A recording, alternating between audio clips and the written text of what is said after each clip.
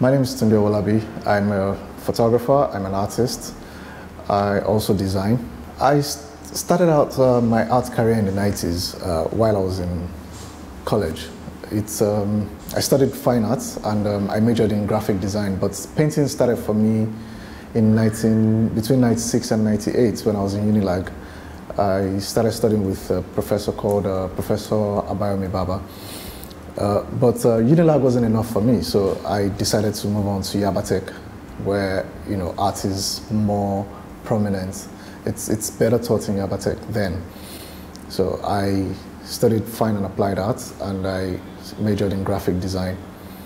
So that was where art started for me, really. But as a kid, I always liked to draw superhero comics. I used to make football cartoons and all this kind of thing. So it really started when I was at a very young age.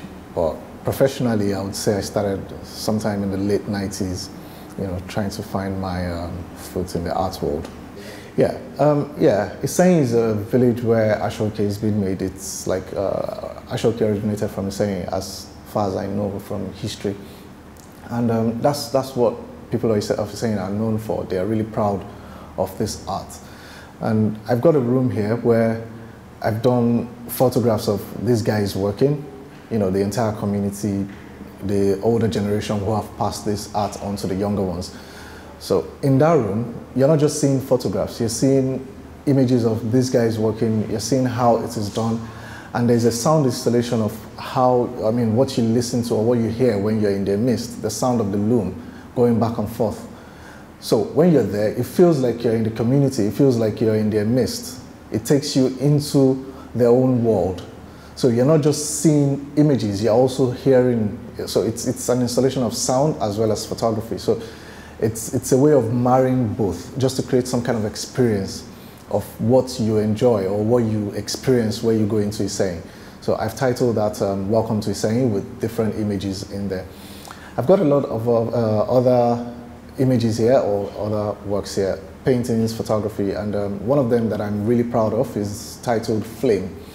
Flames is a lady with her neck raised up, wearing a very colorful head tie. African women or Nigerian women basically are known for their elaborate head ties. And this particular showcase, I haven't photographed it. I looked at it and it looked like a flaming, like a raging fire on the lady's head. That was why I titled it Flames. I could have looked for some other title, but I think that was just an appropriate title. And because of the way I've lit this work, it looks like it's actually fire being lit on her head. But it also shows the elegance of an African woman, of a Nigerian woman, how beautiful they are, and how really elaborate the head tie is. For every wedding or any occasion you attend in Nigeria here, the head tie is something of a phenomenal. Women don't go anywhere without it, especially when it comes to wedding and choosing Ashwebi. Then I have another one titled Ashwebi Bella. That title actually came from an Instagram page I follow. It's they have different photographs of women in the Ashwebi for different occasions, how they style it, and it's become so much of a trend that even when people attend any wedding or any function, they tend to take selfies of themselves or just take photos of themselves and post it on this Instagram page. And I think it's something that we really need to celebrate, because it's not just a thing of fashion. It's something of trend. It's something of our culture now. It's something we've adopted.